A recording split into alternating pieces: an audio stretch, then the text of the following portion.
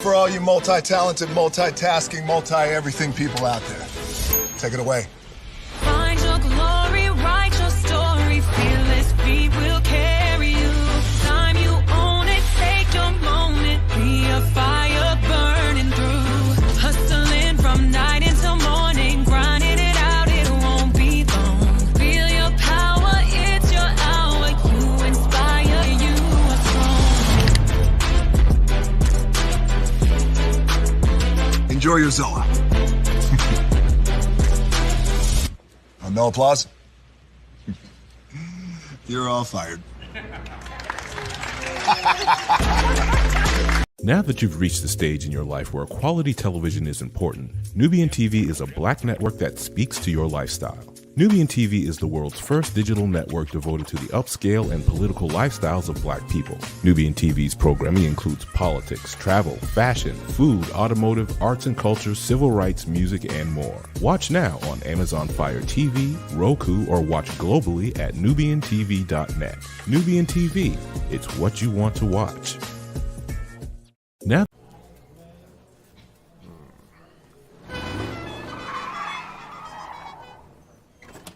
come with me if you want to live a more delicious life. Oh, maybe we should get in the van. In this world, we don't get to control much. The past, male pattern baldness. Leggies. Got one right now. The urge to pop that bubble wrap. But there is one thing we do get to choose every single day: what we eat. Welcome to the Sonic Department of Research and Deliciousment. We have everything you want, didn't know you wanted, and some things you didn't know were possible. Because we believe if you're not having fun, you're not living free. So come on, let's live a little. Hey, good morning, America.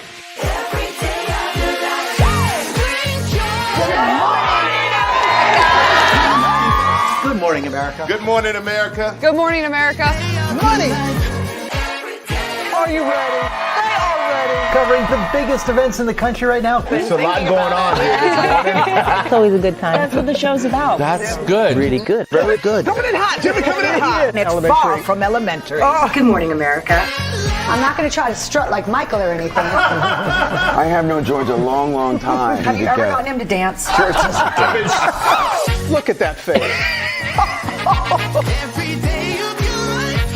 You don't just see it, you feel it. I'm in. I'm in. I'm in. I'm in too.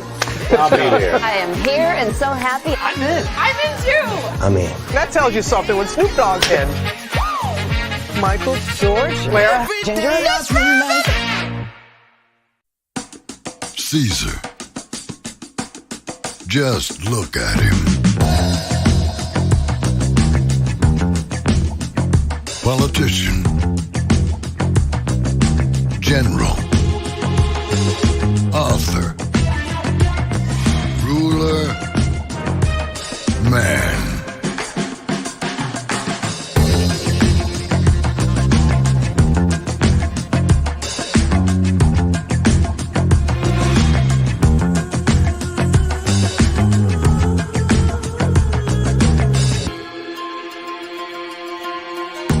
Legend has it, he's not only stared into the belly of the beast, he's had it for dinner. Here he's free to relax, or party, or relax, or party, or relax, and party. His is a world of opulence, excess, and the occasional impulse buy.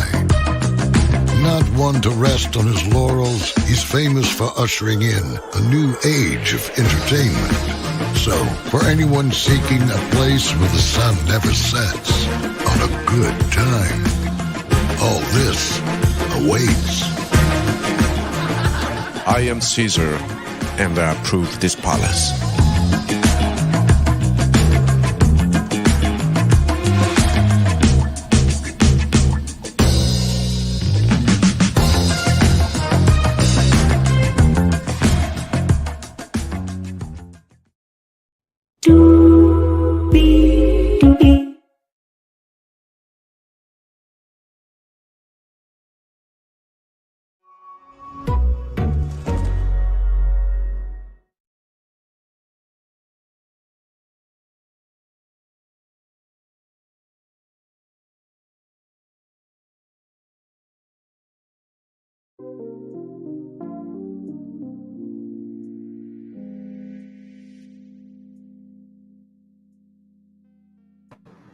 Well, hello to you, and you. Welcome into another edition of Brainley's virtual tour live. Hello, the real thing. Hello, Michelle H. Tuff. Hello, Captain Vince. Can I just say, by the way, Desiree is a sweetheart. Shout out to Eloquent Treasure May. She sent me the live on TikTok, and I do remember Melody said that Desiree was going to go live. Sean, child, that's your daughter. Jesus Christ. Beautiful mother, beautiful daughter. I just wanted to say that. I came on the live. I thought she was very relatable. She has an energy about herself, and y'all know I'm always going to love my big girls. But Desiree is something special. I'll just say that for sure. Just want to show some love. Let me tell you something. Yes, the same voice and everything. Listen, let me tell you something. I did see a little curvature in the back, child. Okay, it made me question my life. In the best way possible. I still like holding on to things, but no, Desiree's a very gorgeous woman. Let me just say that's with that being said. Let's move on before Sean finds out. I'm giving compliments about her daughter. Higher is waiting, low is available, but either way, we are live on tour. Hello, Jacqueline Hedepesh. Welcome and glad to have you here. Me and my damn mouth. Lord help me, Father. Jesus. Hang on, let me try. Get to this here. There we go. You see the virtual tour background? Yes, you do. You hear the virtual tour music? Yes, you do, child. Turn down this fan just a little bit. And then there is me. Hey, everybody. Welcome in. Glad to have you here. So this morning we're talking about Stephen A. Smith and how he was wondering where Kamala Harris actually is. Well, we're going to talk about Stephen A. Smith and what he's not doing.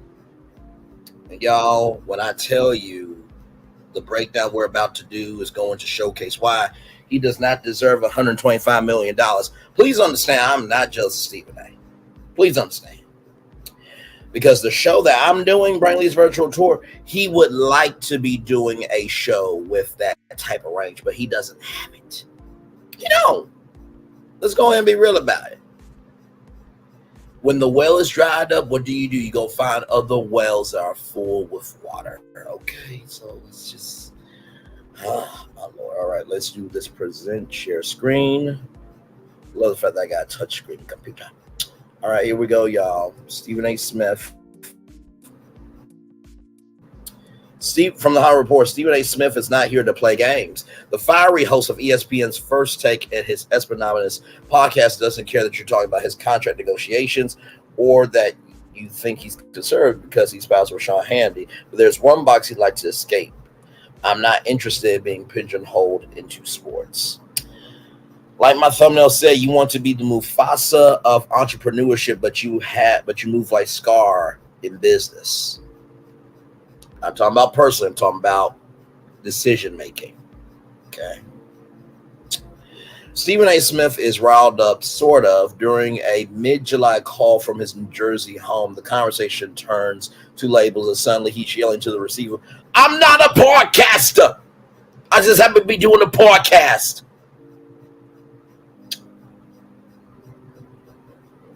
Stephen A. Brother, that's like Carlos King saying he's not a blogger, but yet he's blogging about other things. You are a podcaster, sir. It's okay. Obviously, you want to get the Joe Rogan deal that he got at Spotify, okay? So just lean into it.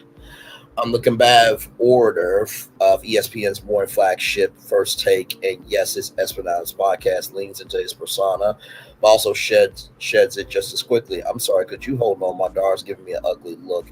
He says his tone changing as he turns his attention to one of his two children. Daddy just has to finish this.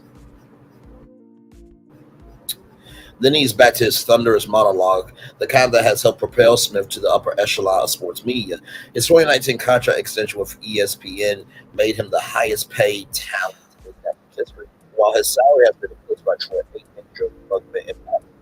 That can change again with his current negotiation, which just might approach 100 million over 5 years. So originally, he has a offer for $90 million, $18 million a year, but he wants $125 million a year for $25 million a year over the next 5 years.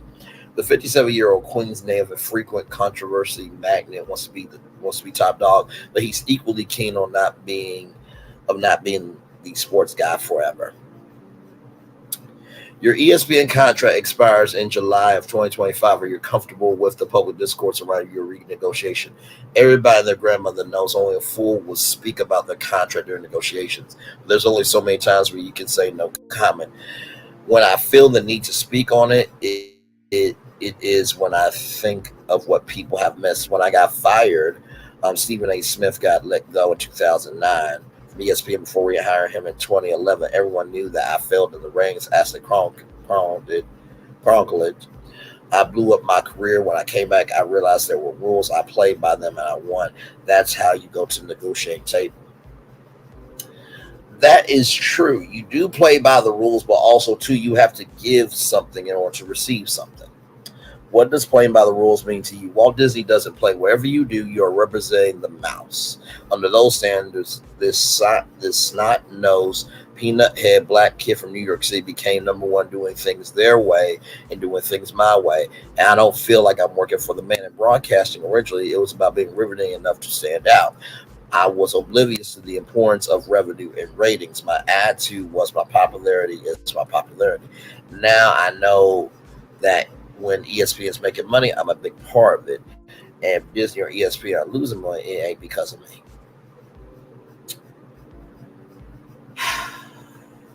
Really, Stephen A?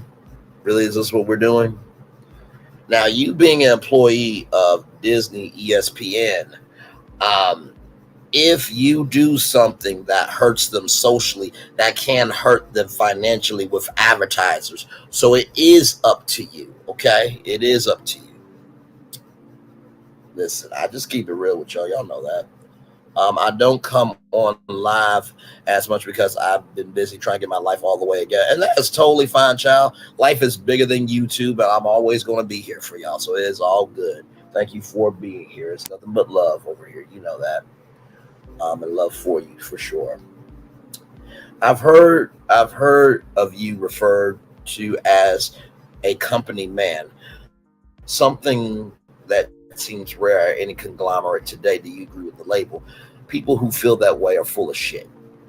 They all answer to somebody. You think you could go on YouTube and just do what you want to do? This notion that somebody goes out there and doesn't have to answer to anybody is a flat out lie. I'm not trying to throw shade. I am a fan and admirer of his. But when Joe Rogan got himself into trouble years ago, he was #1 by a mile in the podcast stratosphere. So why is he in trouble? He had somebody to answer to. If you're paid with someone else's money, so do you. No individual is bigger than a conglomerate. The only person that is free is the person that ain't getting paid. That is true. That person is free to be able to do what they want to do, but they're not free in terms of the network that they can have of people that can sponsor them and do collaborations. Because here's the thing. It's one thing to have views. It's another thing to have retention. So even though that person can be free to do whatever they want to do, if that freedom is not creating retention where people want to come back, then you're shit. Just saying. What is your take on the likely demise inside the NBA? That's a lot of legacy broadcasting talent who are about to be free agents. I'm not worried about them. They can have a platform anytime they want to. Charles Barkley, Kenny Smith, Shaquille O'Neal, Ernie Johnson are treasures of the industry. I can't imagine the NBA going on without them. If it does, it needs to be because of their choice. If TNT indeed is not part of the NBA package, the NBA rejected TNT's contract renewal, then why in God's name would someone else not grab all of them? So, Stephen A., would you say that Inside the NBA is bigger than NBA Countdown on ESPN with you on it? Because I'm going to promise you this right now. To Amazon, to ESPN, to NBC, y'all are nothing compared to that team. 20 years of history, the chemistry, not to mention they lean into social media. They have a soul. Meanwhile, ESPN, Amazon, and NBC, you guys can't have personality because guess what? There's a higher frequency of responsibility. You can't go outside the lines. Inside the NBA can. And honestly, we really want to be real about it. The juice, the sauce, and the heat of the NBA and the traction, what happens inside the NBA and how people receive the NBA happens more from inside the NBA than any other pre-game or post-game show than inside the NBA. That's where the core of the NBA is. Not ESPN, not Amazon, and not NBC. Y'all are the core because people want to watch. And you guys are the platform for that, but y'all don't keep anybody's attention. Can a sportscaster or analyst be as relevant on streaming? Certainly, that's the direction it's going. People are confused about what people are confused about is that they think linear is dying. Watching on TV as opposed to a smartphone is a different matter than linear content. Linear content is not going to go away because advertisers won't let it. And as we all saw from the Deadline article, 20 million people watched night one of the DNC. Television is not going away at all. They want organization, they want structure, they want intros and outros. If you don't have that ability, it's not going to work for you. What are your thoughts on athletes turned pundits? There are a few of them that do that. When they open their mouths, they don't know what the hell they're talking about. Really, Stephen A.? You do realize that includes journalists that gets into lanes that is bigger than the lane they're in. That includes you too. Okay. Just a few. Those people should do their research more. Outside that, I got no problem with. In an interview with the New York Times last year, you said that you welcome a reprieve from engaging in a contentious format on TV every day. Do you want less arguing in your life? It's not a matter of wanting less. I love First Take. I hope to do it for years to come if things could be worked out. My issue is not First Take. It is about being limited to First Take. There's a lot that I can do. I know how I interview, host television shows, expand my horizons beyond the world of sports. I would not mind doing something similar to Bill Maher or John Oliver of The Daily Show. If I could do my debate show in the morning and do other things, I'd be happy with it. Are you putting that desire out there? There are notably zero black hosts in late night. There's a lot I don't have to tell people. For me, the opportunities are there. I'm at Disney because I know they got a plethora of things that I could be doing. When you work for a place like that, you leave your options open. Outside of that, I do let people know rather that I'm not interested in being pigeonholed into sports. We're gonna get into that, Stephen A., because you're not utilizing your toolbox, bro. You're not. But we'll get into that. We'll get into that in just a little bit. Did you enjoy subbing on Jimmy Kimmel Live? I was nervous as hell, but it was one of the most fulfilling experiences. They told me I was going to have to make people laugh for a few minutes. I was scared to death. Next thing you know, I'm talking for 18 minutes. By the way, Stephen A. Smith is a soap opera fan because of his grandmother. Has been playing the reoccurring character Brick, a spy turned security consultant on ABC's General Hospital since 2016. I still can't get over the fact that your name is Brick. Out of all names, Brick, like the brick, that's your name on the show is Brick. Okay. Who do you never want to interview again, and who is still on your list? If you have something to say, I'll interview. I don't care who you are. I don't care whether you're the president of the United States or a KKK member I can interview anybody. I would love to interview Barack Obama, 45, Ted Cruz, 50 Cent, Jay-Z. I'm probably going to call Bill O'Reilly soon. That group really runs the gamut. Some of them feed into the narrative that you're cozy with conservatives. What's your take on that? I don't care. I'm a registered independent. I have voted Democrat most of the time, but sometimes I haven't been happy about it. I don't like the idea of anybody telling me that just because I'm black, this is what I should do. I'm a centrist. That means left. I'm physically conservative. I love capitalism, but it doesn't mean that I'm completely opposed to certain child programs that uplift communities. But they label me this way because I'm friends with Sean Hannity. I'm not friends with him because of his politics. I'm friends with him because when I was fired, he went on a mission to help me resurrect my career. And how did he do that? Because Sean Hannity is a guy that said to everybody, screw Keurig machines and burn your Keurig machines. Because there was an advertiser boycott on the Sean Hannity show. You do realize that Sean Hannity peddles in racism, bigotry, and idiocy of not recognizing everybody in the room. And that's the person that you choose to be friends with. And you want to interview Barack Obama, who 45 said on Fox News airwaves that where's his birth certificate? And he wasn't born in this country, but yet you want to interview Barack Obama. Okay, bro. Okay. No, cool.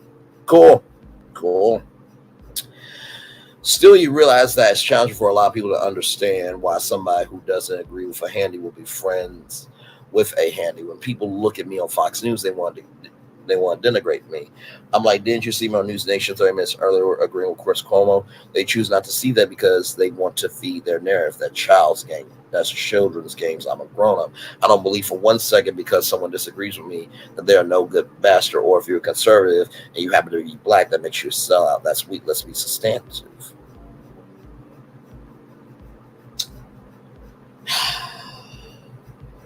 You're friends with Sheriff Clark, who basically is Uncle Ruckus as a sheriff. The person that you're friends with, okay, was at Mar-a-Lago, the same place where 45 brought a white supremacist to.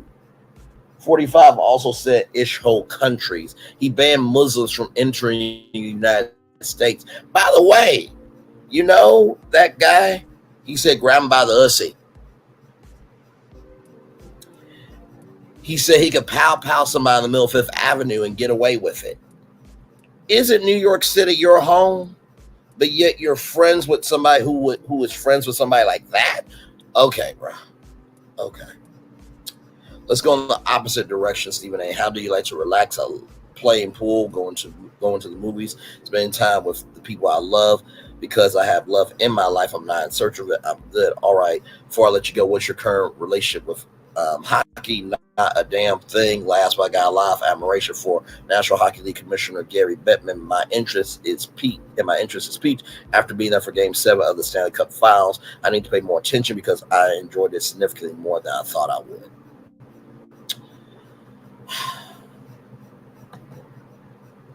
Child, you ain't never lied. So, y'all, I'm going to showcase somebody, y'all. You may know him, you may not know him,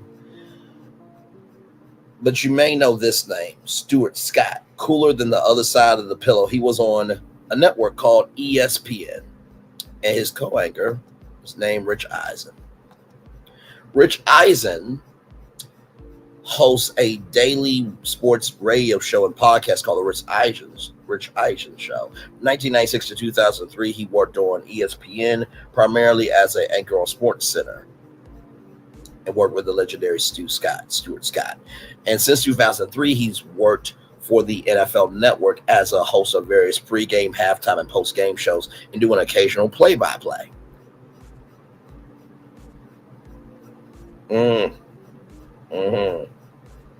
So as you can see here, Eisen expanded his resume in 2010 with the debut of the Rich Eisen podcast, the first ever podcast for NFL.com. The first ever podcast for NFL.com. You being this NBA insider, you never went to the NBA to see if you can do a official podcast for the NBA with them? Okay. The weekly podcast available on Apple Podcasts, among other sources, feature guests from the world of sports and entertainment, news, talking football, all the latest headlines. Since its debut, the podcast has been downloaded more than 7 million times. And celebrate its 200th episode, Eisen hosts his nationally syndicated sports radio talk show with Chris Brockman, Michael Del Truffaut, and TJ Jefferson. In November 2012, Eisen's first Thanksgiving special aired on the NFL Network with a variety of celebrity guests, mostly talking about sports and current events. And then, not to mention, he does the 40-yard dash at the NFL Scouting Combine. And he's done it every year. And from that, he gives it's a fundraiser every year. So he gives the donations to St. Jude Hospital. As we can see here, he was the main host of NFL Total Access. They canceled that show recently, I believe. Until August 2011, Rich Eisen signed a new deal with the NFL Network in 2010, became the new host of NFL Game Day Morning, the first pregame show on the NFL Network. Eisen remains host of NFL Game Day Highlights, as well as NFL Network's Thursday Night Football game, pre-game, halftime, post-game shows, and special on-location coverage from league events such as Kickoff, Pro Football Hall of Fame, NFL Scouting Combine, NFL Draft, and the Super Bowl.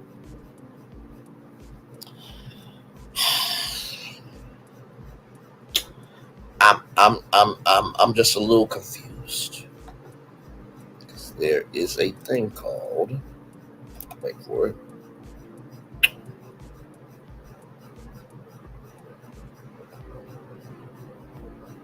Wait for it, y'all.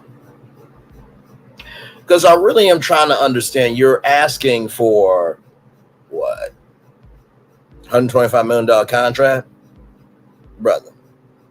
Now, I know that this is Warner Television, right? This is Warner Brothers Entertainment, and this is TNT, right? But this is NBA.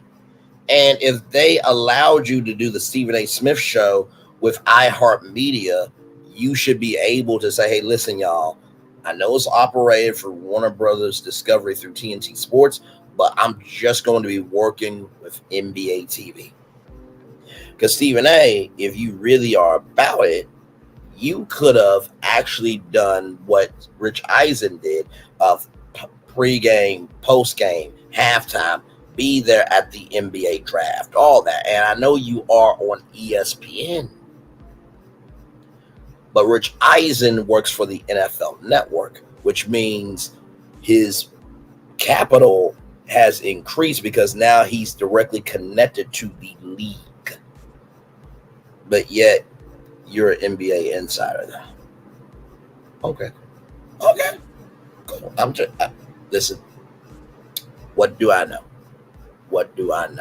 So let's keep rolling on here.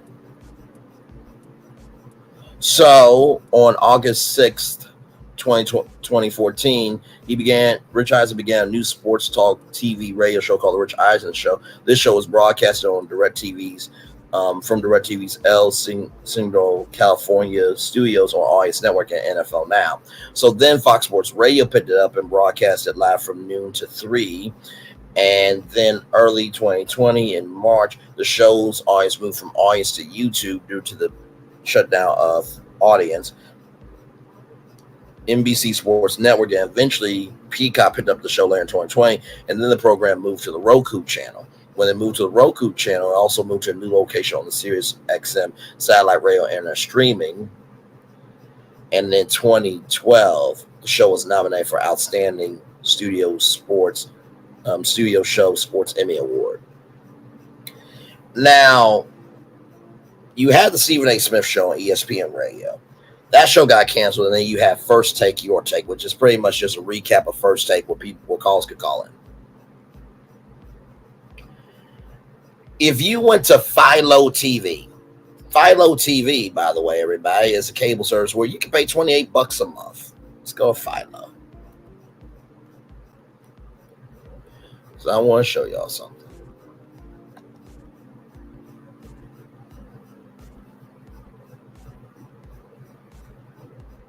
Here's the guide, okay? Here's the guide.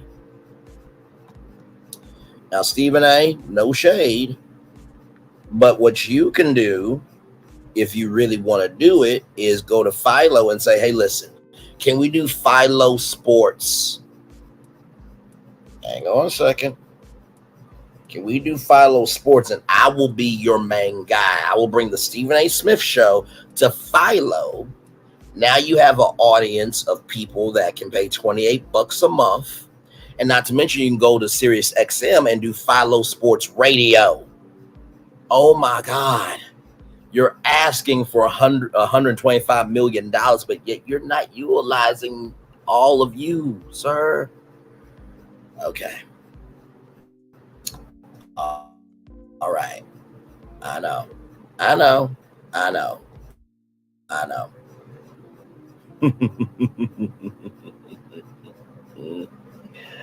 Oh, my Lord Jesus. So, right here from GQ Sports, Smith's latest project is up for debate. The Evolution of Sports Media is a 3-part docuseries just released on the network's ESPN Plus streamer. As the show's executive producer and most frequent interviewee, this series hits on his account of sports TV shift toward the low-cost, fiery debate program that ESPN birthed and Fox, TNT, and millions of podcasts have imitated over the decades, which to say it doubles down Smith's autobiography since his genre defines much of sports media. That could not happen without Skip Bayless. If you take a dim view of embrace debate culture, you may see up for debate as a sports media version, say an Exxon produced documentary about climate change, but that's not quite right. As the series gives considerable time to some of the harshest critics of both Smith and the genre he popularized, Dan Labat appears frequently including to tell Smith what he hates about what Smith has done to the industry.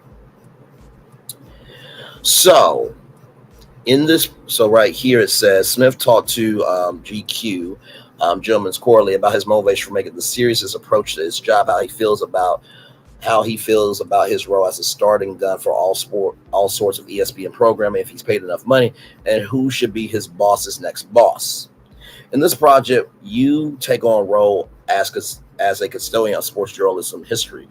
What made you feel like you should do that? Well, first of all, I believe in what I do. I believe in the industry. I believe in the pioneers that set the stage for people like myself to be where I'm at today. There would be no Stephen A. Smith if it was not for Howard Cosell, the Brian Gumbles of the world, the Stuart Scotts, the John Sanders, the Michael Wilborns, the Brian Burtwells, and so many others that paved the way doing what I do. And so to me, when we look at the world and the landscape that we're living in this day and age where so much stuff seems haphazard, anything goes, or what have you, I do feel a bit responsible. People are inclined to look at my bombastic or demonstrative tendencies from time to time when I'm on the air. Look at my resume, stoked in journalism. That's where I started New York Times, New York Daily News as a high school reporter, Philadelphia Inquirer, CNN, Sports Illustrated, Fox Sports, and then ESPN. My career is stoked in journalism. I'm not just running my mouth.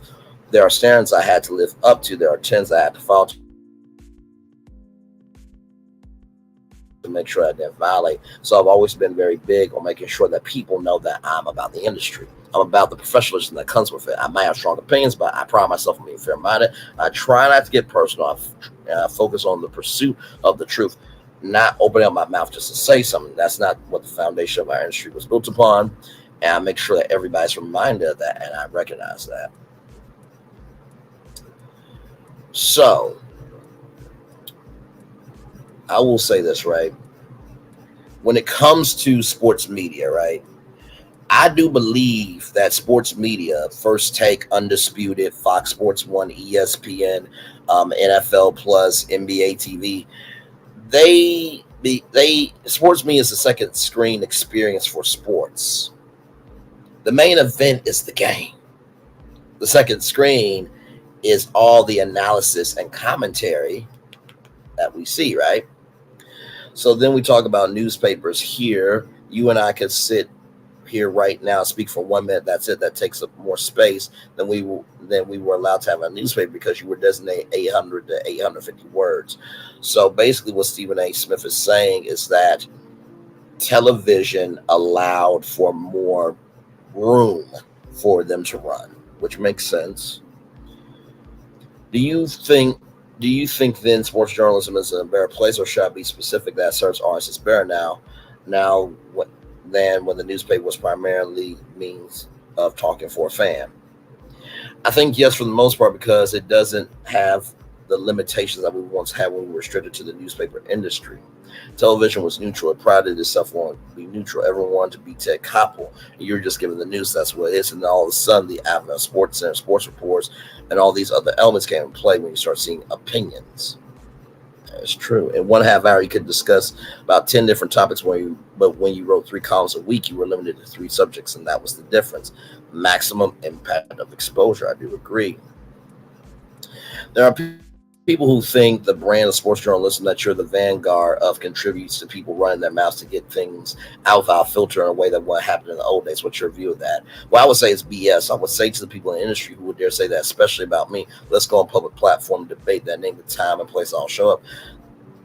The fact of the matter is that I was hired at ESPN because of my journalistic background. The reason why I've been trusted to do what I do on the platform, because what I do on the platform that I've done over the years is not only because I've been successful, but it's also by and large I've been responsible as a journalist. I don't just run out there and speak. I actually cultivate sources. I actually do my homework and research. I have a history of being connected to things that I actually cover. It's not a secret. It's not breaking news to see Stephen A. Smith in a locker room, to see Stephen A. Smith in a press box, to see Stephen A. Smith talking to athletes, coaches, executives. All this stuff comes with the job.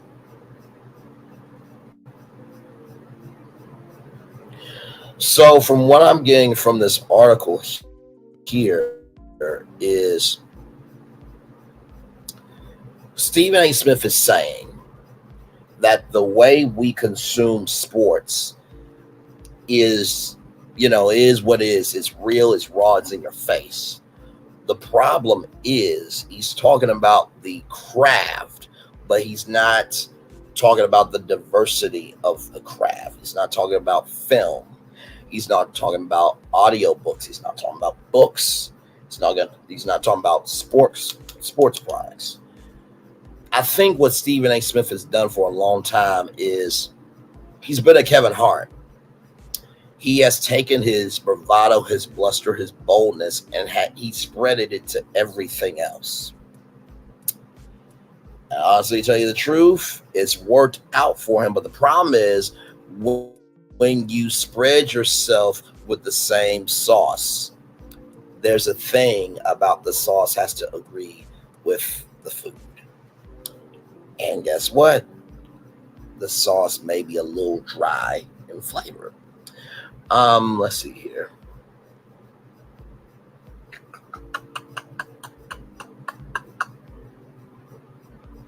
Given all the content you provide, do you think that you're compensated fairly? Well, I was at the time that I signed my contract. Smith signed a 5-year, $60 million deal with ESPN in 2019.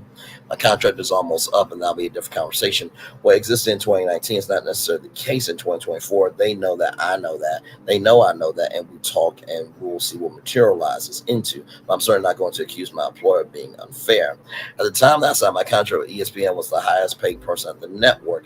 At the time these things happen, years go by, the time comes along, the market calls for a certain situation, and that particular moment in time, you accept it, you move forward. That has nothing to do with ESPN. That has everything to do with who Stephen A. Smith is, what I've become, and what I've meant to this industry according to their definition of success, ratings, revenues. I've done. If I was an NBA player, I wouldn't be looking at the team I'm playing for and saying I deserve this. I'll be looking at the entire league saying I deserve this. Same principle applies. You recently said that you're not a prisoner to the Walt Disney Company. Does that mean you're running your podcast independently outside of ESPN? Yes. What's motivated that independence? I've always had the desire to be independent. I love working for Walt Disney. I'm honored to be working for Walt Disney. They've been good to me. In a perfect world, I'll be there for the duration of my career. A part of that is making sure that I'm allowed to branch out and do other things that I want to do that may not have anything to do with ESPN and Walt Disney. That's very important to me. I want to show my production shops. I want to have my own production company. I want to have my own podcast that I own and operate. I want to get some acting. I want to start taking some acting classes. I already have a recurring role on the soap opera General Hospital. I want to do some more acting. I got the bug now. I want to learn about that profession of some scripted content, my own drama series. I can't announce it yet, but I got series that's been greenlit folks be hearing about in our day. So all these things go in my life. It's not to say that I want to go away or anything like that. I love being on First Take. I love starting on First Take. I love the audience depending on me to be there for them every morning, 10 a.m. to o'clock Eastern Standard Time. I love doing that, but there are other things that I want to do. I do have aspirations to do NFL. I still want to do some NBA, and again, I want to do other things that I've pointed to that don't have anything to do with sports. In order for me to do that, I would have to be an employer that I would have to have an employer that's cooperative when it comes to that. If not, then I have to go out looking on my own, living my life. So, this is very interesting because Stephen A., you are peddling between two worlds, right? And it's just like what Uncle Tommy said from Power. That Ghost said to him, either you a gangster or you're not a gangster. Either you're going to go mainstream or you're going to be niche. That's where you are right now. Let me see what y'all saying in the chat. Hey, go to James Hodge. Welcome in, brother. Glad to have you here. So with that being said here, Stephen A. Smith becomes presidential debate analyst in the midst of contract negotiations. The ESPN personnel was a panelist on cable news for the 45 Biden debate. So Smith passed on a quiet night and instead worked as a panelist for the presidential debate.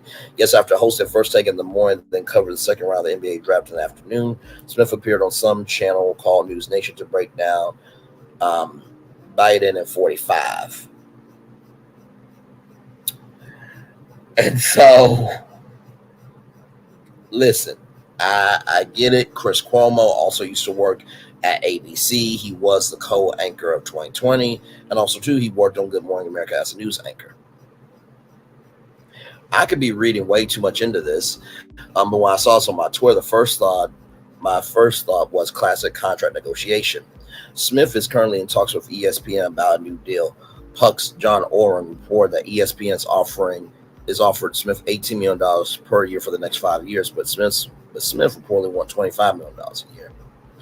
And James Andrew Miller told me on a recent SI Media, Sports Illustrated Media, with Jimmy Tranter, that he thinks it's far from a lock that Smith's returns to ESPN, and that his agents could easily piece different deals together to get his $25 million annually.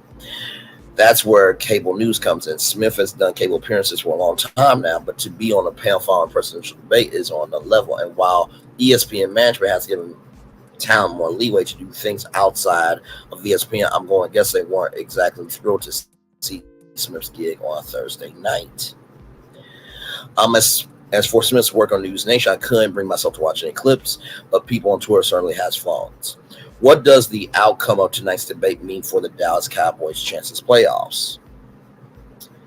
He had more to say about Bronny. Oh, my Lord.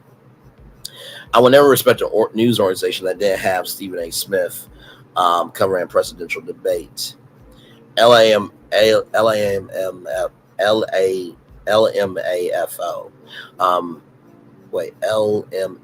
LMFAO. Sorry, y'all. Is LeBron and Bryce still playing at contentionship level under Biden's administration? Man, these are some brutal ones.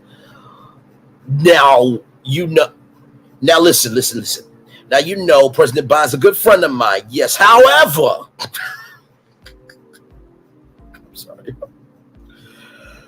Woo. So, with that being said, right, this is a contract negotiation thing. Like, hey, listen, I would like to do more. Here's a question, Stephen A. Smith, for you. The DNC is happening right now. Could you not have went with ABC News, did First Take live from Chicago in the morning, right? And maybe you could have had a watch party, right? On ABC News Live. And of course, with ABC News Live, NBC News Now, CBS News 20. For some, they can have different streams. Maybe you could have teamed up with ABC News Live to have a Stephen A. Smith watch party with sports fans who are also interested in politics. And you could have sat down with some of the political analysts of ABC News. Now, see, that's how you take an inch and make it a mile. Watch me now, okay? So Stephen A. Smith had this new docuseries called Up for Debate. And this comes to us from Awful Announcing. We've seen athletes take control of the narrative with their self-produced documentaries, but sports media personalities are now getting in on the spin action. Like it or not, Stephen A. Smith has become the face of ESPN. When something happens in sports, Smith appears on your screen, ready to scream. He's a jack-in-the-box of hot takes, and now he wants cred wherever he feels respect is due. To paint himself the best possible life, Smith has teamed up with Religion of Sports, which is owned by Tom Brady and Michael Strahan. Michael Strahan is on Good Morning America. Tom Brady is the newest employee of Fox Sports. He'll be doing commentary for $315 million. Yeah, I know. To produce the 3-part documentary series Up for Debate for ESPN Plus, it's about debate culture in sports media. It also stars You Know Who. Your enjoyment of Up for Debate will hinder your opinion of the ultimate opinion giver. If you find Smith's maximum value observations entertaining, it might be worth your time. If you believe that Smith is the problem with sports media today, this will only reinforce your confirmation bias. The biggest problem with Up for Debate is how it portrays Smith as a conquering hero with a noble pursuit. In reality, he's just a guy in front of a camera. The docuseries opens with a close-up of Smith speaking like a prosecutor, saying all industries associated with journalism, whether it's finance, news, sports, etc., is there to make you uncomfortable. He later adds, because the objective is to make a difference and provoke change. Then there's a quick cutaway to Dan Labat say, I hate what you've done to sports television. Up for Debate is Smith's rebuttal to his detractors. It aims to frame him as a vital voice in the sports media landscape who should not be dismissed as a cartoonish pontificator. He compares himself to Howard Cosell, the first controversial national sports TV personality. Cosell rose to prominence at a time where there were 3 broadcast networks to become an American pop culture icon. Smith has succeeded in a much more competitive climate, and for that, he deserves credit. However, many will argue Smith has played a role in the rising toxicity of sports talk. We've become more cruel and less nuanced when discussing sports and athletes. Up for Debate doesn't spend much time examining that aspect. It would have made for a better documentary to ask Smith if he bears any responsibility for the current climate. Instead, Smith gives us a manufactured defense of hot take culture. Smith pushes the narrative that the embrace debate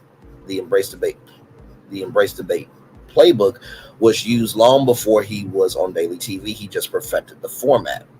He's also hell-bent on us believing that he is a necessary voice in the revolution and involvement of sports media. Certainly, while there are many more choices today on how you get your information, Nightcap, Club Shay Shay, Dreamers Pro Show, I think Self Talk does some sports as well, and many others. Part of the interruption on PTI was the first to deliver sports news in concise, audience-friendly bites, but Tony Korshner and Michael Wilbon come from a newspaper journalism background. That sensibility is always part of their discussions. Smith also used to be a newspaperman, but abandoned that thought process years ago. The most poignant moment in Up for Debate comes from a former athlete. Shannon Sharp was a Hall of Fame tight end who famously talked a lot. Now he has become even more famous as a media star, whether that's appearing on First Take or his podcast Club Shay Shay. He has created an empire for himself. In the docuseries, Shannon says, I make more money doing this than when I did playing at the height of my career. Up for Debate buried the lead because that observation comes in the third and final episode. Smith wanted to make this docuseries about himself and his impact, the real story about how these arguments don't matter. ESPN and Smith are partners in a business venture. This was pure capitalism. The objective of debate culture was never about making a difference. It was always about making money. There's nothing wrong with that. Smith gets paid a lot because he makes the network a lot of money, and he should be well compensated. A deeper dive into the business decisions of all this would have been a far more engaging docuseries than what Up for Debate delivers. Smith didn't need to defend himself or debate culture. He just needs to give us a peek behind the curtain. No viewer will argue against that type of commentary. I had no idea about this Up for Debate docuseries. And so, with that being said, I want to go to YouTube's. I want to go to YouTube and Good Morning America. 1 year ago, Stephen A. Smith was on Good Morning America. 1 year ago. And he was on GMA3, right?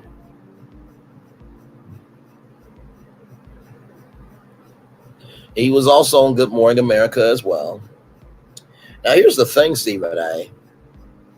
If Up for Debate is about sports media and Religion of Sports is owned by Tom Brady and Michael Strahan, why didn't you go on Good Morning America and sit down with Michael Strahan? Or Robin Roberts, because Robin Roberts also comes from the world of ESPN. It's called brand synergy. But you're a businessman, right? Why didn't you go on The View? Because there are plenty of women getting into sports debate. They have their channels where they're pontificating what they have to say.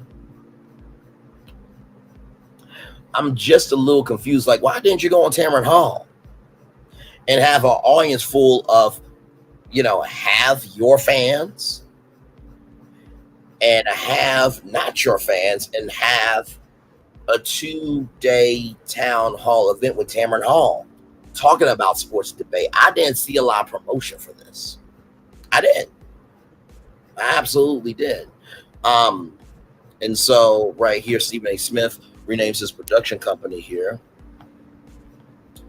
And so his production company originally was Mr. SAS, but now his production company is being called. Hang on, y'all. Sorry, y'all. Straight Shooter. So that's his new production company's name, right? So he does the Stephen A. Smith show 3 times per week. In the past, the entity has worked with ESPN Omaha Productions to create an alternative NBA broadcast titled NBA is Stephen A's World. So Stephen A's World was a show where he could do sports, but he could also do pop culture. And so to me, my thing is like, I sincerely do not get why, like I said before, you haven't asked to host the ESPYs, why you haven't asked to host the red carpet countdown show for the ESPYs. If you want to get into the NFL, why haven't you asked if you could host the NFL honors? You already have done the draft, right? So my thing is he's not utilizing everything. Do you guys know what Walt Disney did when animation was going through a rough patch? He did nature documentaries. If you want to really get that $7 million a year, just go over to Walt Disney Pictures and say, hey, listen, I want to do Stephen A. Smith's Passport of Sports. Because black people don't just play sports in America. There's black people playing sports all over the world. And there it is. Now you have your content in movie theaters across America, around the world.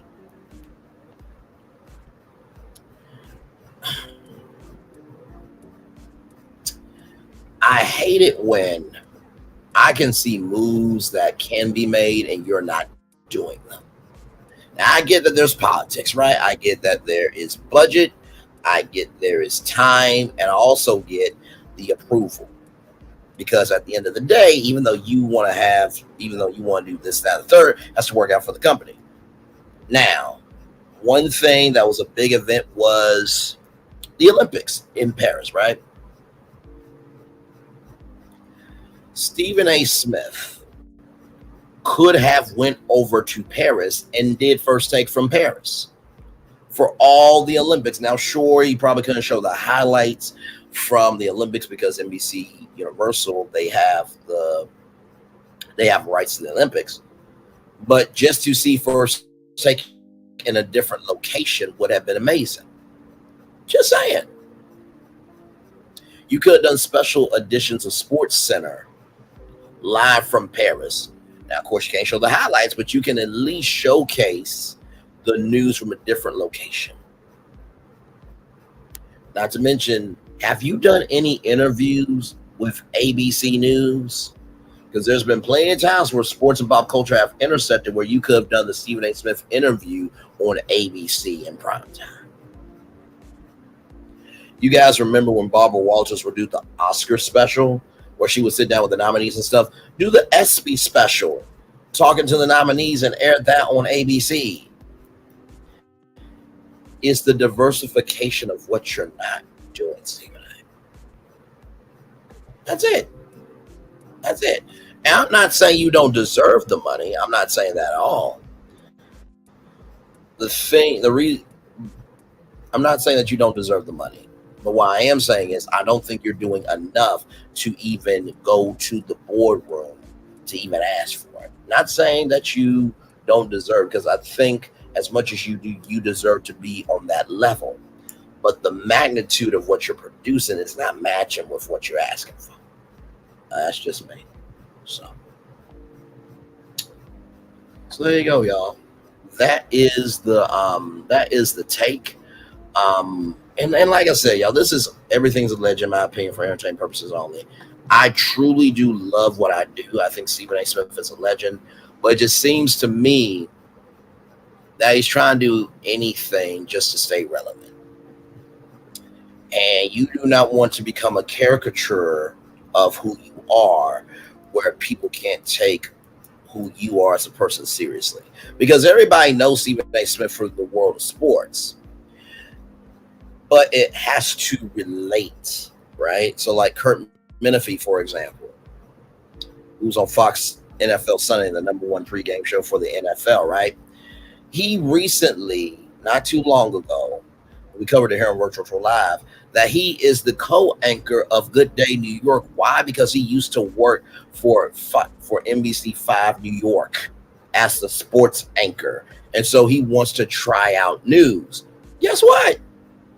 At least it's congruent. He has some history there. With you, it's appearances on Fox News, it's appearances on News Nation, but we haven't seen a track record of history. Not to say that you can't make a track record, but when Michael Strahan did what he did to GMA, first of all, Live taught him, live TV outside of sports. Michael Strahan got to talk to celebrities. He got his teeth. He gritted his teeth in it. Now, that's not to say you didn't, because you had a show called, oh my God, what was it called, child? Quite Frankly, that's what it was called. It was called Quite Frankly. And it was a late night talk show, but ESPN wasn't built for late night TV. It was built for sports. Now, I think the 30 for 30 documentary series has been a way for them to get into the unscripted genre of sports. But sports is sports, Stephen A. What you're going to have to recognize is if you want to go to this next level, you got to recognize that you can't do the blasphemy, the unmitigated goal, the audacity. You can't take that energy and spread it on every platform. You just can't do it. And I feel like you're hitting this wall of let me just throw anything to the wall and see if it sticks. Now, if you get the $125 million contract, congratulations. I will come on Virtual Tour Live and say, congratulations, Stephen A. Smith. You got your bag. But Pat Menefee also does things with WWE. Right? And you don't really go to a lot of live events. One of the biggest things that ESPN used to do was called ESPN the Weekend, right? Where they would do it from Disney World, they would do live shows and stuff like that. Have you ever thought about doing First Take the Cruise, where you take the show on a cruise ship with Royal Caribbean? And guess what? First Take knows a lot of sports people. showcase the diversity that you're willing to take a swing every once in a while. That's all I'm saying.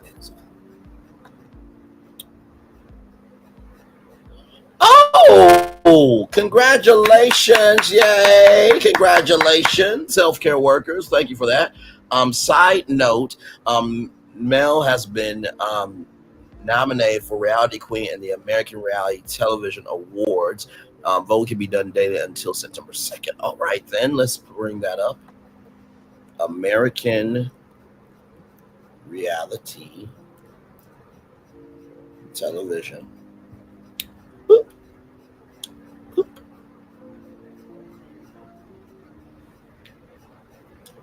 And boop. And I do know about this because Vivica A. Fox, I think, hosted this one year. So here it is. The public vote is open.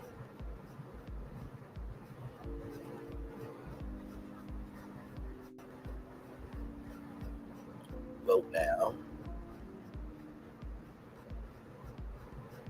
All right, so here is all of the nominees here. Good Lord Jesus. So I'm actually going to vote with y'all live. So, Reality Queen, of course, we're going to vote for Mel, without question. So, Outstanding New Show. I'm going to have to say Miss Pat Sells It was really good. Because here's the thing about Miss Pat. She was, she was convicted. She went to jail, all that stuff. But the way she's been able to turn that around and the way that she's able to utilize her soul and diversify it, Miss Pat Sells It for me. Now, y'all know I know production companies, right?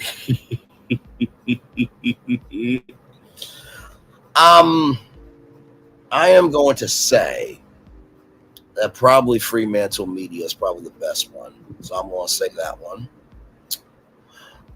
Fremantle Media, they've done The Voice. They've done... Hang on, let me pull up Fremantle. Because I'm going to list some of the shows that Fremantle has done. And that's not to say that all the other ones have not done their job. Hang on. Fremantle.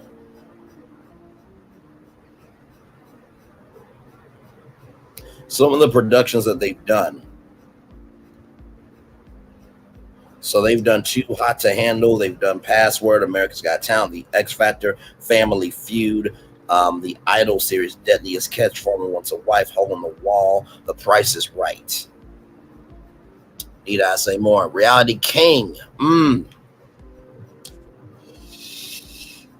Why is Big Ed nominated? I don't understand why Big Ed is nominated. I am going to say that I'm going to say Pauly D.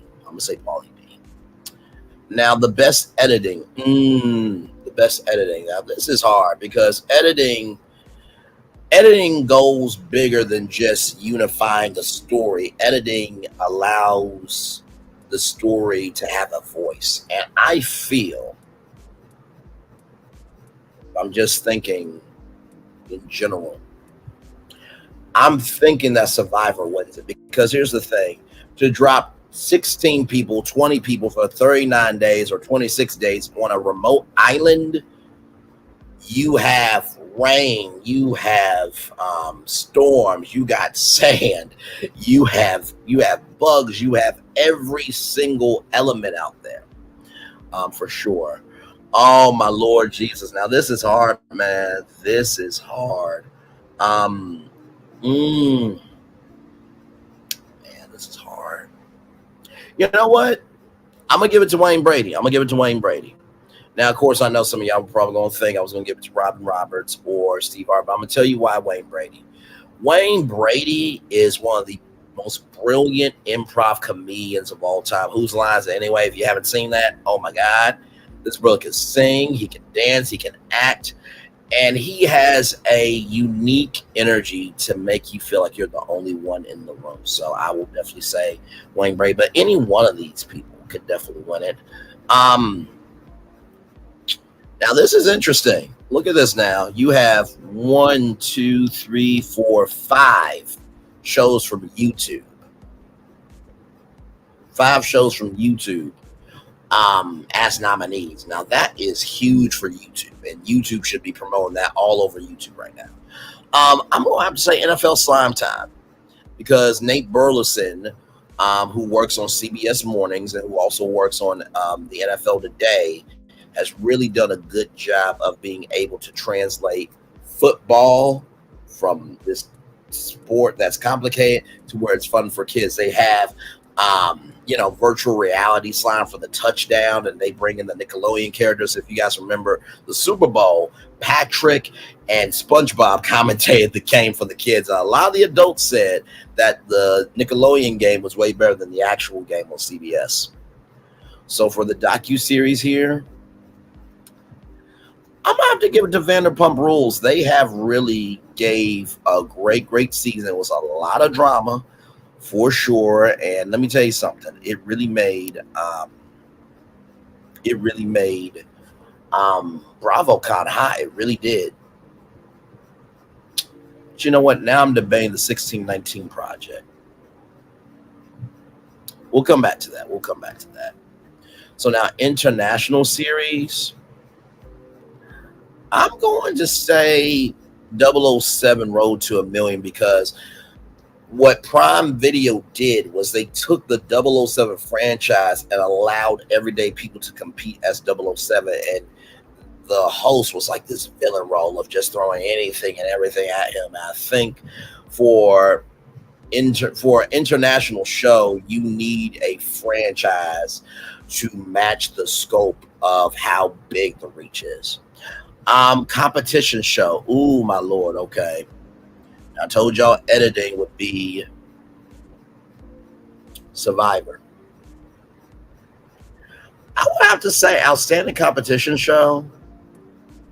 I'm gonna have to say Dancing with the Stars, because the celebrities learn new dances every single week, and they have to perform it on live TV. Masked Singer, yes, you gotta be able to sing. AGT, yes, you gotta be able to have a talent. American Ninja War, that takes a lot of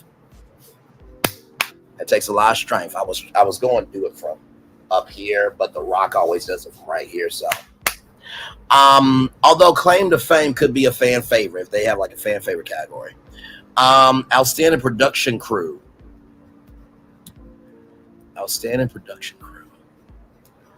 I would have to say for the production crew, I'm gonna give it to Survivor, because they have these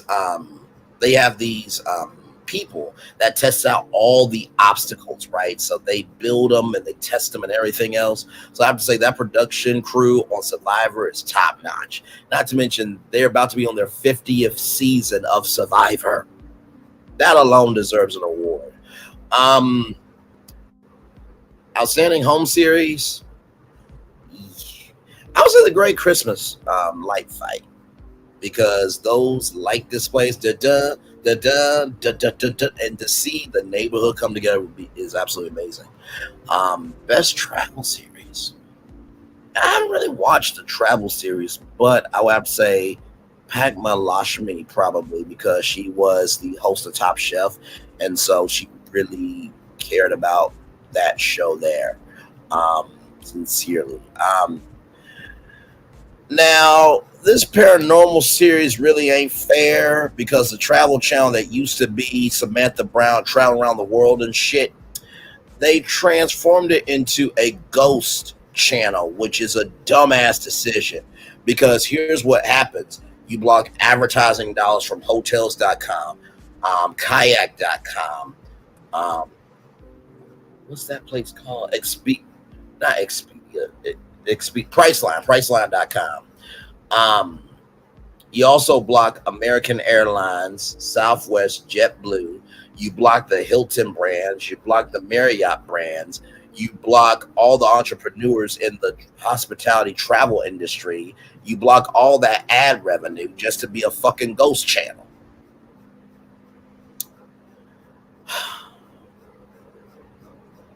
I'm gonna have to give it to Ghost Brothers Lights Out.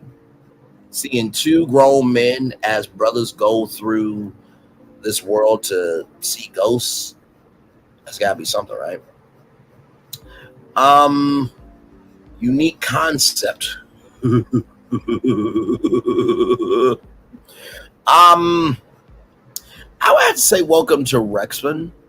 It is a sports docu-series with Ryan Reynolds following this football team, and I really like that concept. Now, MILF Manor, child, MILF Manor, I don't know about MILF Manor. Basically, moms that I like to uck, basically, is the concept. So it's these moms and these sons in this house and to find love. That airs on TLC. Best judging panel. Oh man. Man. You know what? I might have to give it to Shark Tank. Might have to give it to Shark Tank because Shark Tank, the judging panel on that show, first of all, they're investing their own money. Number two, those shoots take about 12 hours a day. And number three, it is the business show that has given entrepreneurship an all new avenue. So I have to say Shark Tank. Best overall show. The best overall show? I'm gonna have to give it to Survivor. Still, you can't beat that concept of dropping people on an island and seeing what happens. Outstanding art direction. I would have to say American Ninja Warrior because those sets, those are some big time sets. They do not play. Guilty pleasure show. I'm gonna have to say Hell's Kitchen because Chef Gordon Ramsay is a legend. Although I will say Catfish, the TV show, probably win it. Favorite reality TV moment.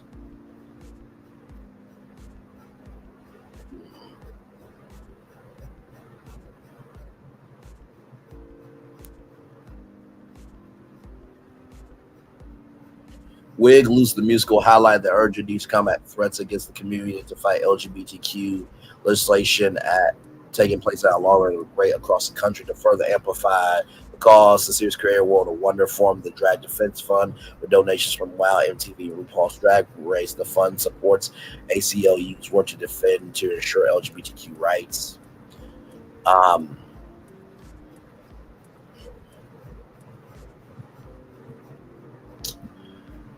You know, I really do like that moment for RuPaul. But I gotta tell you, to be born with cerebral palsy and conquer stage 4, to become the third ninja in history to win that's a moment. That's a moment. Outstanding true crime series, I would probably have to say Snapped, probably for that one. I would have to say Snapped. Because they show the different, hit points of what led to the snapping. It's a great series. Most creative challenge. Ooh. Okay, we're gonna have to really read these. Survivor season 45 Super Ramp. In this challenge, tribes race to push a heavy car across a field, let the sandbags and use them to get their tribe to the top of a large deck, retrieve a key, slide down a net, then move forward to solve a large Rubik's puzzle. Rubik's puzzles are a regular thing on Survivor. On Go, players race one at a time, crawling under a muddy net to a map. When they're all on the map, they run to their carts, begin pushing across a field, collecting very heavy, large sandbags at 4 stations along the way, making the cart harder and harder to move. Once it's in its final position, the tribe works together to climb the pile of sandbags to reach the cargo net ramp, retrieve a key, and tumble down into a net. A pile of sawdust. Next, the team moves forward to help each other to get up and over a massive boulder to reach the top of the deck. On the deck, 2 players race to solve a large honeycomb Rubik's puzzle. Once completed, the other 2 players use their tile to spell out the answer. Rubik's the first team to correctly solve the puzzles wins immunity and reward. The challenge Ride or Die Runaway Ride quickly became a beloved challenge by cast and crew alike. It ticked off many of the boxes we always strive for our challenges. Played one team at a time. Pairs begin in a bus filled with dozens of colored balls, but as the bus swerves around a racetrack, teams must stay the pattern printed on billboards along the track, and then recreated by finding and arranging the required balls on the bus. The team with the most correctly slotted balls in the fastest time wins. This challenge requires impeccable stunt precision and producer coordination. Okay. American Ninja Warrior, the ninjas had to hang by one arm in order to crack open the safe, grasp a massive diamond ring, swing the ring onto a small hook, fly through the air to grab a bag of cash and hold on to it as they threw through security lasers and smoke. Survivor No Quarter, 12 teams randomly divided into 2 teams of 6 on Go. The teams race to dig up massive balls from the sand, work together to get them over a series of barrels and large sandbag barricades to a core where one player climbs on top to retrieve a hanging key. And the team works together to get to the top of a very steep curved ramp to the deck above. On the deck, the 2 players race to solve a large street puzzle. The first team to solve the puzzle earns their merge, bus, meal, and immunity. Traders buried alive with the suspicion rifle after the first urge of the traders attempt to keep their cover. The mission sees some players meet an early grave. The first player is banished at the round table. You know, I gotta say, I think the challenge with that runaway ride for sure. Let's see here. I have not listened to it. Well, I've listened to the Vile Files, but that was when I was listening to The Bachelor, The Bachelorette. I would have to say probably the Survivor podcast. Outstanding talk variety series.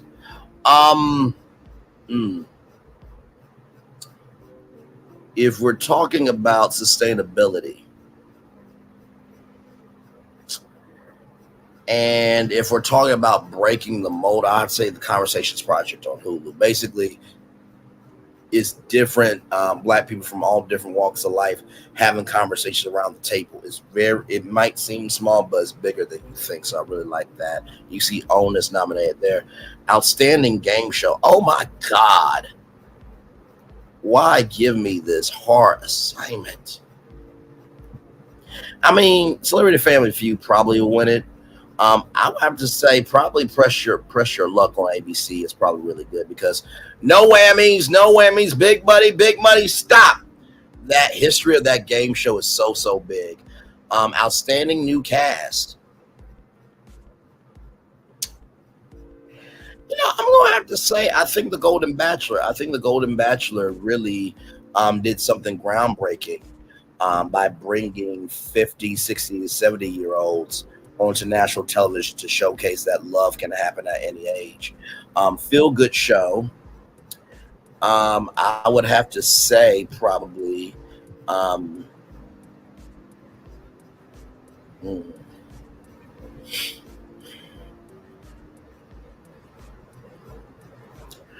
you know what? I know this may not win it. Now, of course, who I think will win it is probably going to be Shark Tank. But I'm going to say Rebuilding Black Wall Street because I do believe that for our culture to have a limited series to showcase what has been taken away from us and the fact that we can have the power to rebuild it bigger, stronger, and faster, I think that's an outstanding thing. Even though I believe Shark Tank is going to win it, I do believe that Rebuilding Black Wall Street was not nominated by accident. Outstanding food series.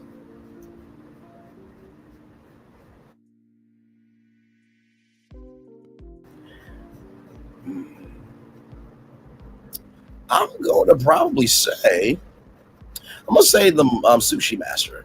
Because think about it, like sushi is not really known that much as a competition show, and you know, rolling it and you know, splicing it and chopping it and all that, for sure. Now, outstanding reoccurring cast. Oh my Lord Jesus! I love My 90 Day Fiance.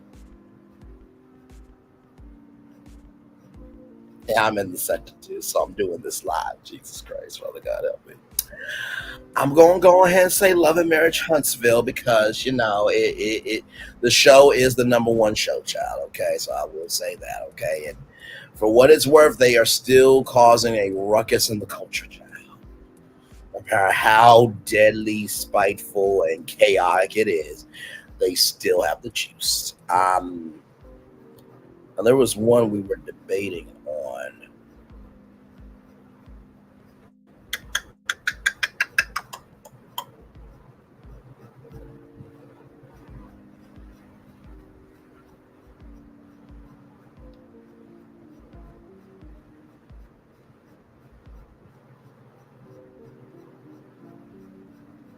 Yeah, I was debating between. No, I don't think it was that one.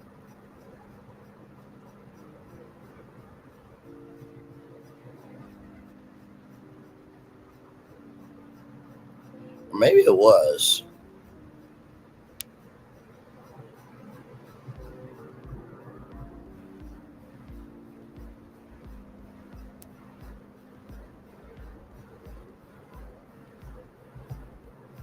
No, I said what I said on that.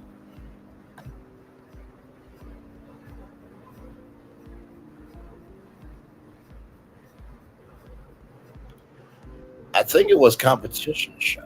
No, it was competition show. Which one was it?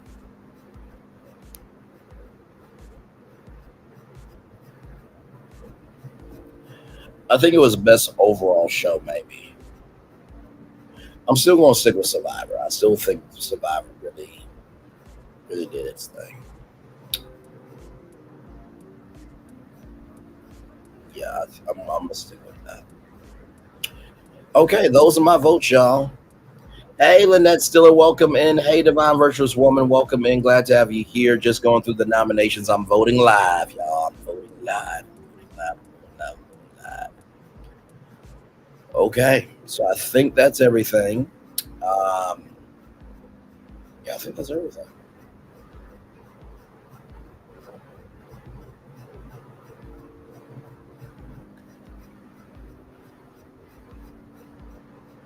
All right, there it is. So you can vote daily through September 2nd and share the results with your friends. So there you guys go, right there. The 11th annual American Reality Television Awards. I did my votes live with all of you. So that was fun, right? That was a good time.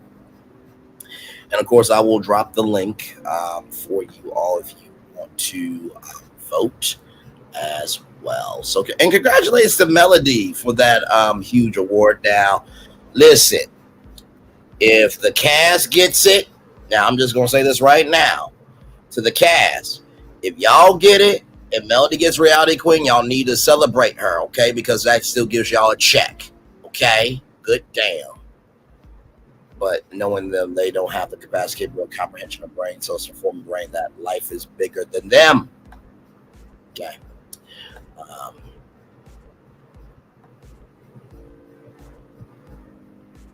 Trying to see.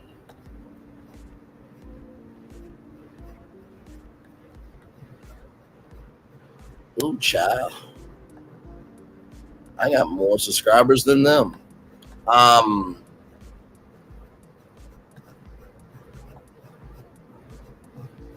Okay, so the 9th annual was about a year ago. Okay.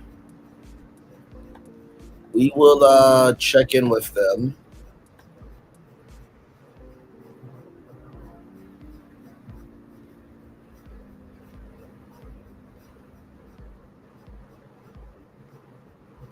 So it's going to take place Monday, November 18th, 2024 at Avalon Hollywood in Los Angeles, California. Tickets are available by clicking here. So we'll do that and see how much the prices are for the tickets.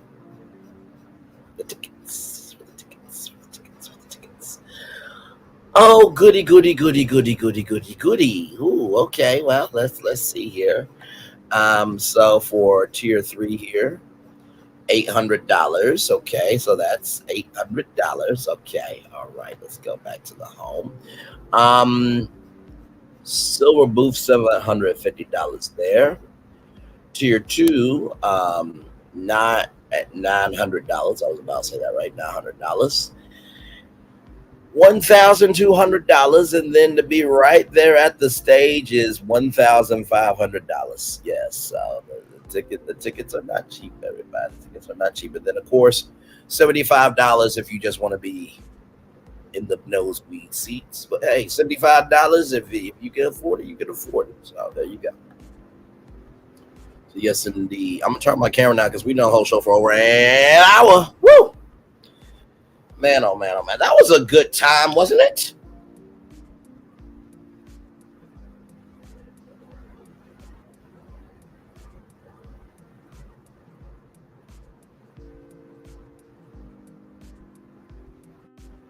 Yes, it was. Hopefully, it was a good time for y'all. Like I said, I really do enjoy being able to do deep dives like this with y'all because it allows us to be the nerds that we are over here together. And like I said, I wish Stephen A. Smith well. I think he is a legend in sports, but he's got to step it up for what he wants if he wants to go into a different arena. Just saying, so.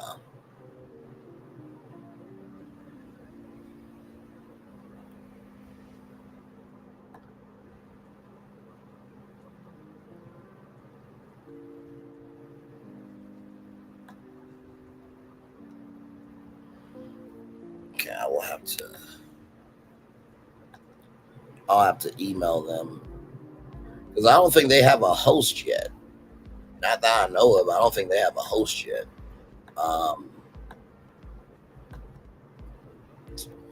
And like I said, November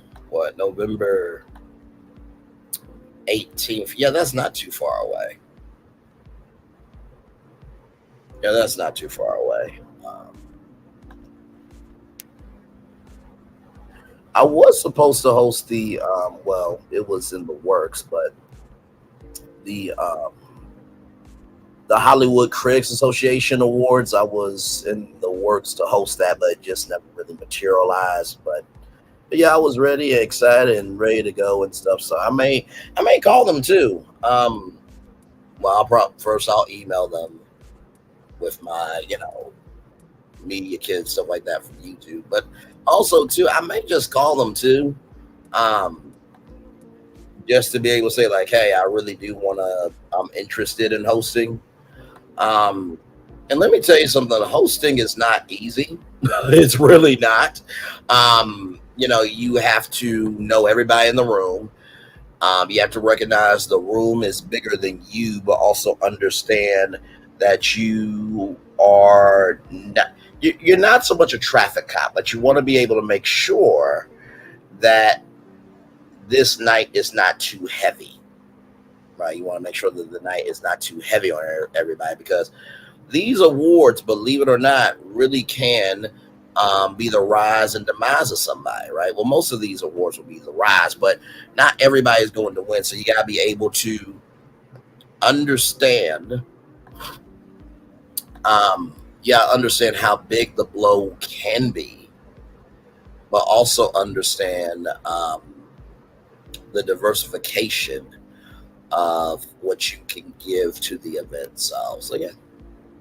So we'll see.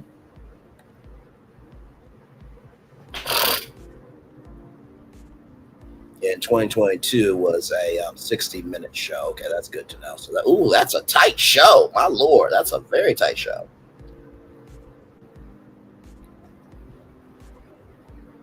Very, very tight show. So I will drop the link if you guys want to come on up here for at least just a little bit because we are about to get ready for night three of the Democratic National Convention. We have been rocking out since night one. It's been a jam-packed night over here. So let me get it up for y'all. And Sassy's live. Yes, indeed. So here it is here, night 3 of the DNC watch party. Night 1 was epic. Night 2 was epic. Tonight, Bill Clinton, Julia Louis-Dreyfus, who was Elaine on Seinfeld, and also who played the vice president on Veep, which I think was on Showtime. I think Yeah, I think it was on Showtime. It's significant because Julia played a vice president who actually ran for president, and now that's happening. And of course, Minnesota Governor Tim Walz will be accepting the Democratic nomination for him becoming the vice president of the United States. So, literally about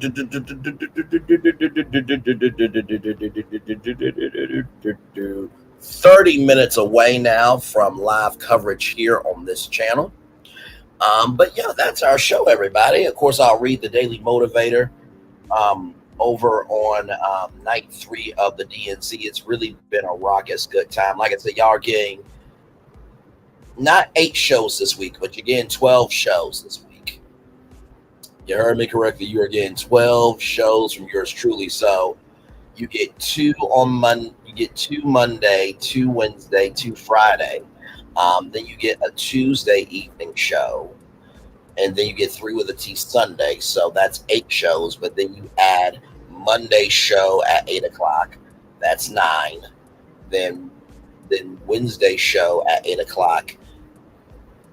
That's 10. Wait, hang on. So 6, 7, 8.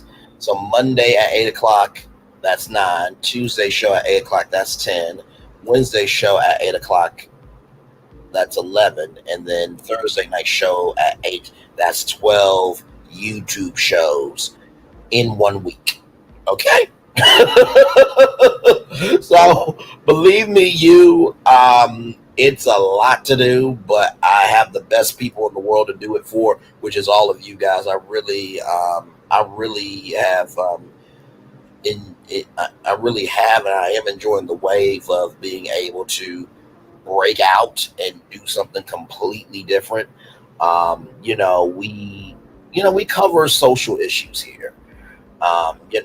Abortion, legalization of a particular substance, and we cover parental leave and a little bit of everything, healthcare. And I really do love getting to those social issues and also human interest stories.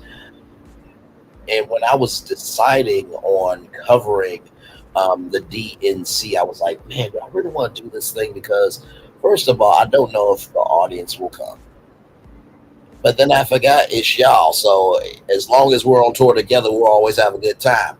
But also, too, with the confusion, the splicing, the dicing, the this, the that, and all around the world, I really did not know if in this sector of just reality TV that we could be bigger than just covering reality TV. And so it's been really edifying and gratifying to showcase an event where a historic experience is on the way of, hey, Teresa Wright, welcome in, my friend, good to see you, where the first African-American woman, now the first African-American woman to run for president was Shirley Chisholm. I'll put respect on her name. But this woman, Kamala Harris, will be the first African-American, first Indian American, and first Asian American to be nominated as the president for the presidency of the United States by a political party. That has never happened in history. Okay. And so I thought to myself, with the magnitude of that event, it would be completely disrespectful to the soul of my being, who is about covering media, culture, and social capital, to not cover this story, because this is a once in a lifetime event, and hopefully, in the words of Kamala Harris, she's the first, but certainly not going to be the last. So yeah, night 3 of the DNC will be coming up. Of course, we'll be watching it on ABC News Live. David Muir, Lindsay Davis, John Carl, Mary Bruce, Martha Raddatz, Terry Moran,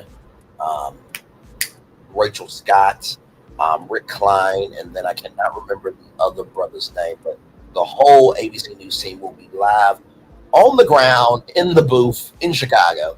So cannot wait for them. I know coverage for them start at 7 p.m. But of course, 8 o'clock is when the real time begin. The real show begins. You look if you think about 7, 6 Central, it's almost like the pre-show, and and 8 p.m. is when the show really takes off. So it's almost like an Oscars, Golden Globe, Grammys, Emmys, Tony's red carpet that it really starts picking up around prime time. So, like I said, tonight will be Tim Walz accepting the vice president nomination from the Democrat Party, and then tomorrow night, night four, Kamala Harris will be live from that hall in Chicago at the United Center to accept her nomination to be the party's president. Um, what a time to be alive! What a time to see the world! What a time to embrace the world! So we're over here just chilling out. I probably will end it around maybe what 7:40. Um, so we can get over there and get ready to do what we do, everybody. My lord, my lord, my lord.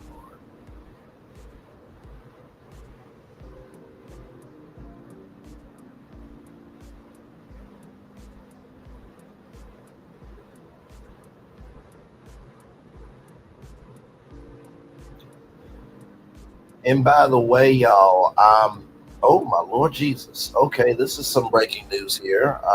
Just got this on my phone from the Wrap. Show images, child.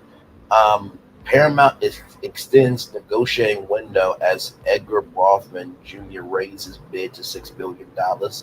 Under the Go Shop provision, in Skydance's $8 billion merger agreement, talks with rival bidder can be extended to September 5th.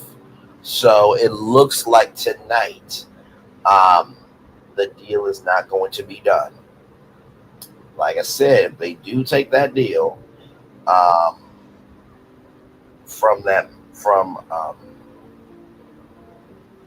Edgar Rothman Jr., then then Paramount will have to pay a $400 million breakup fee. So yeah, each. So we'll see what happens with that. So.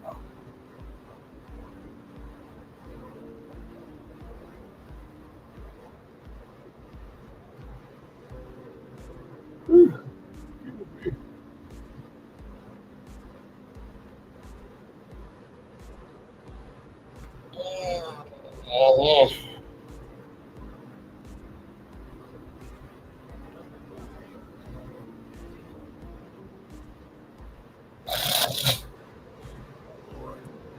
I gotta make a call tomorrow, and hopefully this call will work out for me. I'm not praying, so I believe it will.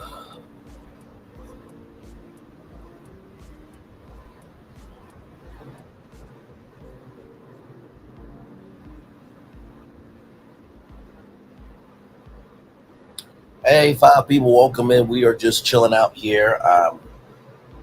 I probably will be giving y'all a very short commercial break because I want to be right there at 8 o'clock as we all get there live. So I'll probably just play probably about five commercials and then we'll end it as we often do. But yeah, I hope you guys enjoyed tonight's show. This was the Stephen A. Smith Hollywood Reporter article breakdown. Just breaking down how he's not utilizing all of his tool belt. So just want to say nothing against Stephen A. Smith. I think he's a legend in sports, but brother, if you really wanted to be a part of politics, brother, you could have been there with ABC News Live, and yeah, you go on News Nation though. Like, okay, I guess,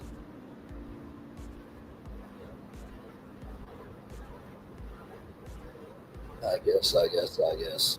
Well, y'all, one love, much love, all love. I feel the love. I said it right back to you. I'll see you guys over there in just about 20 minutes live. So we're literally going to go from this live to this live right here, which is getting close to about under 20 minutes here.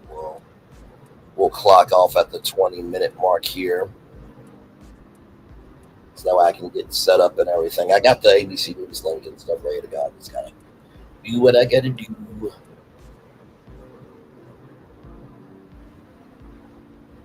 All right, y'all. I will see you over there. One love, much love, all love. I feel the love. I said it right back to you. For the rest of you who are about to, not so much go to bed, but you're done for the night on YouTube. Good night to all of you. But for the rest of us, I'll see you over there in under 20 minutes. One love, much love, all love. Bye, everybody.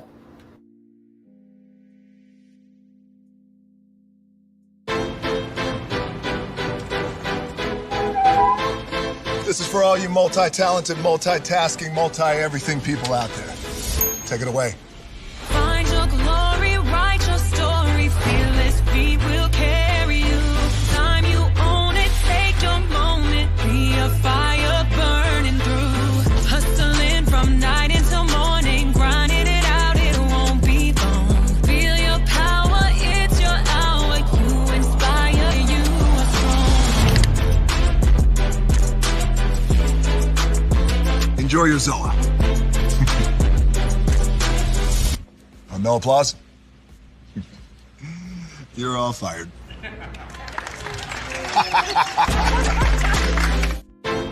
Now that you've reached the stage in your life where quality television is important, Nubian TV is a black network that speaks to your lifestyle. Nubian TV is the world's first digital network devoted to the upscale and political lifestyles of black people. Nubian TV's programming includes politics, travel, fashion, food, automotive, arts and culture, civil rights, music, and more. Watch now on Amazon Fire TV, Roku, or watch globally at nubiantv.net. Nubian TV, it's what you want to watch.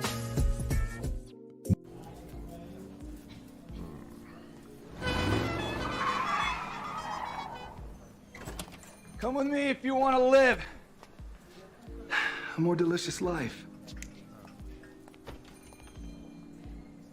Oh, maybe we should get in the van. In this world, we don't get to control much. The past, male pattern baldness. What yeast? Got one right now. The urge to puff that bubble wrap. But there is one thing we do get to choose every single day: what we eat. Welcome to the Sonic Department of Research and Deliciousment. We have everything you want, didn't know you wanted, and some things you didn't know were possible. Because we believe if you're not having fun, you're not living free. So come on, let's live a little. Hey, good morning, America.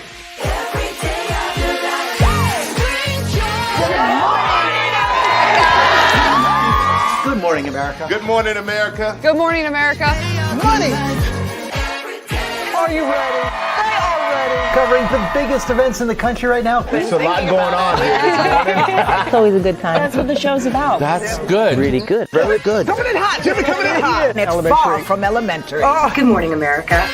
I'm not going to try to strut like Michael or anything. I have known George a long, long time. Have you ever gotten him to dance? Look at that face. You don't just see it, you feel it. I'm in. I'm in. I'm in too. I'll be there. I am here and so happy. I'm in. I'm in too. I'm in. That tells you something when Snoop Dogg's in. Michael, George, where? Ginger. Open your eyes. Think of the one place you've always wanted to see.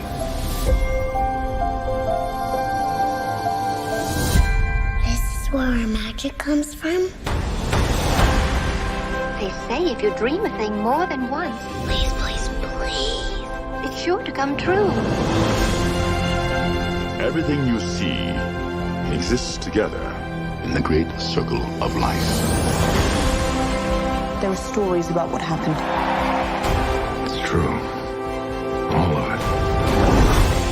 In every job that must be done, there is an element of fun. I told you she was tricky. Life is full of possibilities. What do you want to be remembered for? The world is in our hands, and we gotta do something with it. I just want to say a word of thanks to all the artists, the workers, and all of you. The young and the young in heart. You helped make this dream come true.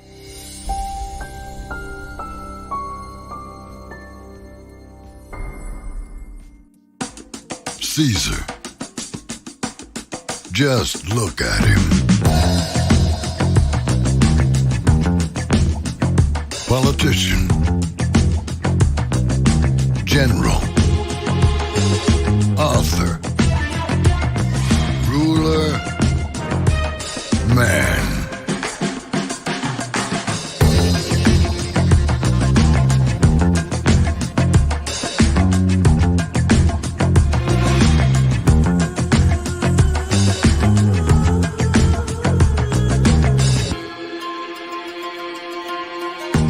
Legend has it, he's not only stared into the belly of the beast, he's had it for dinner.